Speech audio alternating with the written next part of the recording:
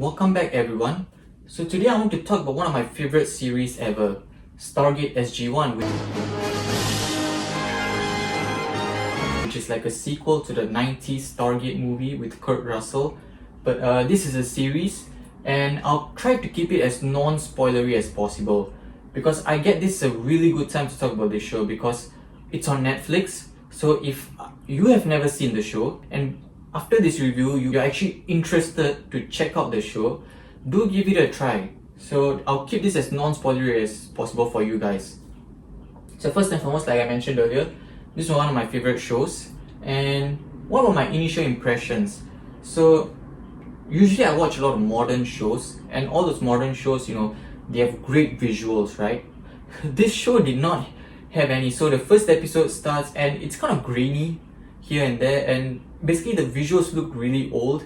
It's kind of grainy and the production design wasn't really that great either. It was kind of dull and everything. But so my initial impressions going into this was kind of low, but at the end it won me over. I got interested over time and I managed to finish all 10 seasons, and I really loved this show and it became one of my favorite series ever. So the movie was called Stargate.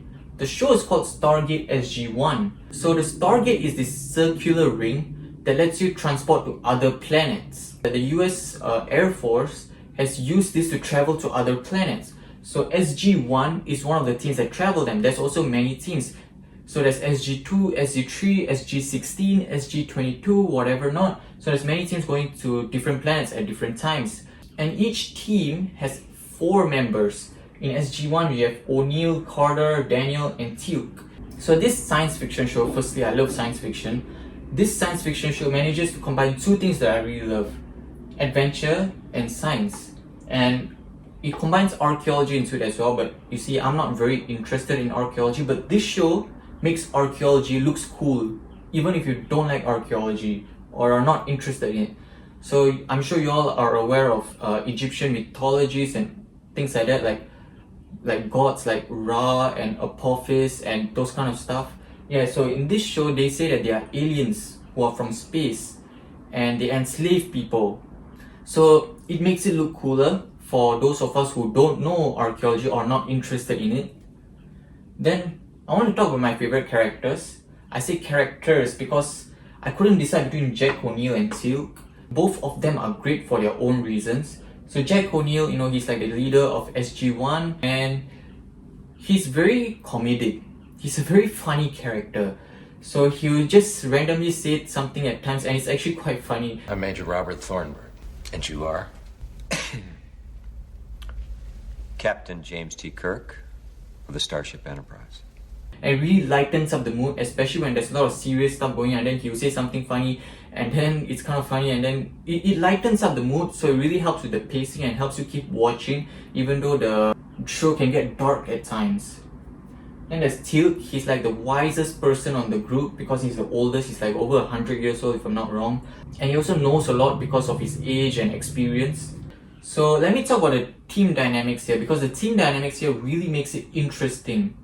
So of course you have O'Neill, who's the leader, and he's the kind of guy who does what's necessary for his friends, for his country, for his planet, even if it would put other people in danger, other planets in trouble, other people in trouble. Because he does what he does best, look out for himself and those he loves for and those he cares for. That's the kind of leader he is. So sometimes he has to make the tough decisions and he will do it.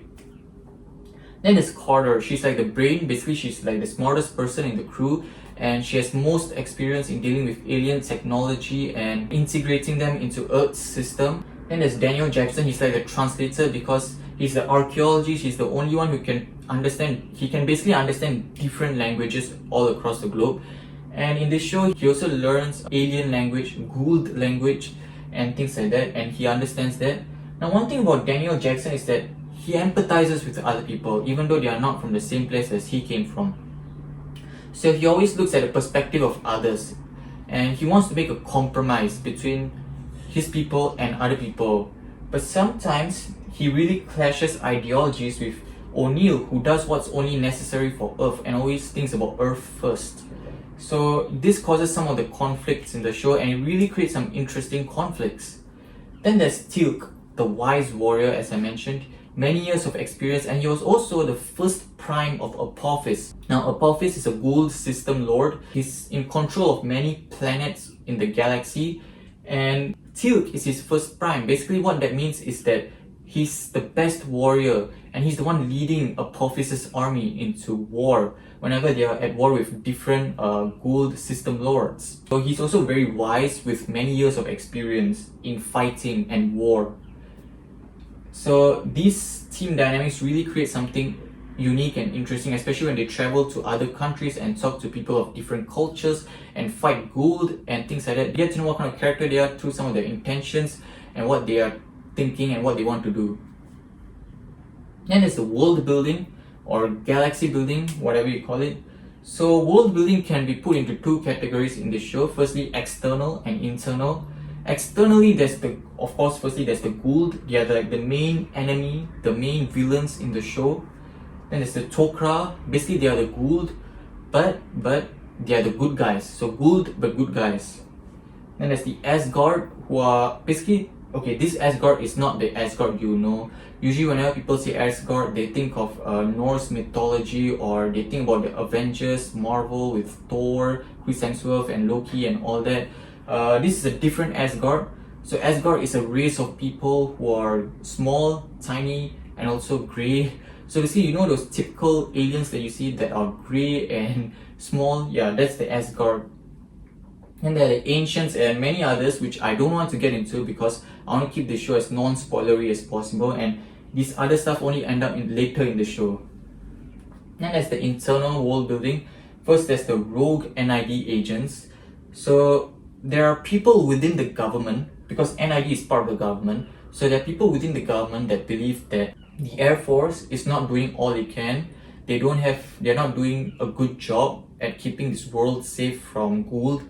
So there are some people like the rogue NID agents who take it upon themselves to travel to other planets and try to find a way to get technology from them so that they can protect our planet.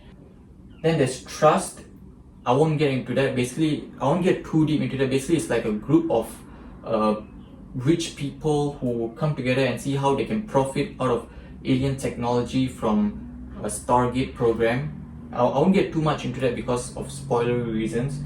And it is through here that we find characters like Senator Kinsey and Colonel Mayborn. Now, Senator Kinsey, you meet him, he's clearly a bad guy, you don't like him that much. But Colonel Mayborn, now you meet him, you don't like him, but over time he has some redemption going on. Since it's a science fiction show, let's talk about the science.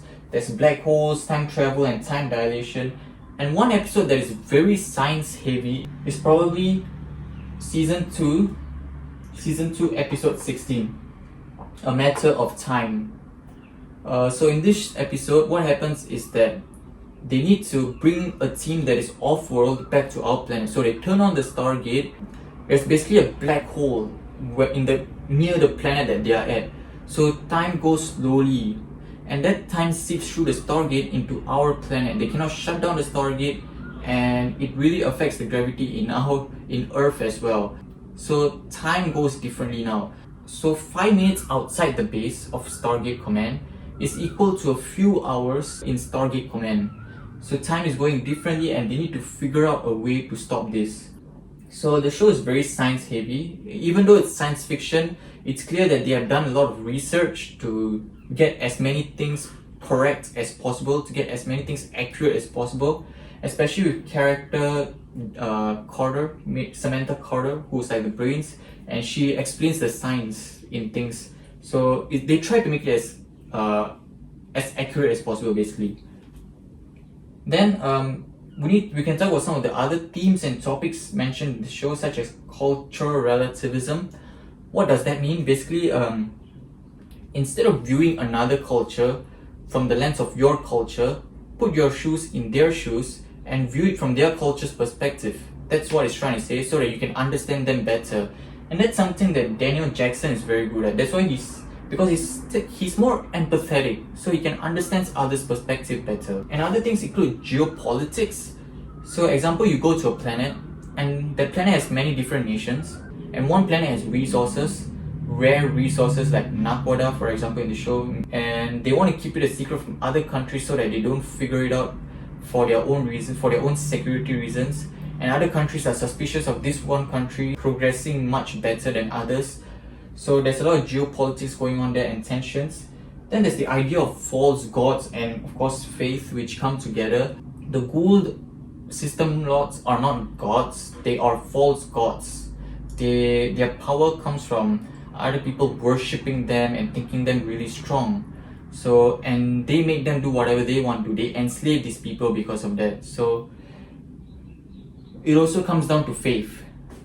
Then there's freedom. Basically, this comes with the character Teal'c, because he wants the Jafar, basically the army of these people and slaves, to be free, and that's why he comes into play. He's fighting for the freedom of all Jafar. I want to say this because from this show it's very clear. Science fiction is a genre, yes, but it's not just about the future or cool technology or space adventure or aliens even, but it's also about helping us understand the world and human nature at a deeper level. And I think this show really does that very well, and that's why I think you should check it out. These are some of my favorite shows up to season 4. Now, why didn't I go beyond season 4? Because I ran out of space, so I couldn't fit any more episode names. But these are some of my personal favorites. I mean, I love a lot of the episodes, but if I had to choose like my top favorites, these are the ones. And that's it for this review. If you're interested, do check out Stargate SG-1. It's on Netflix. And if you like this video, click the like button. If you want to see more, subscribe to my channel. See you guys next time. You guys are always the best.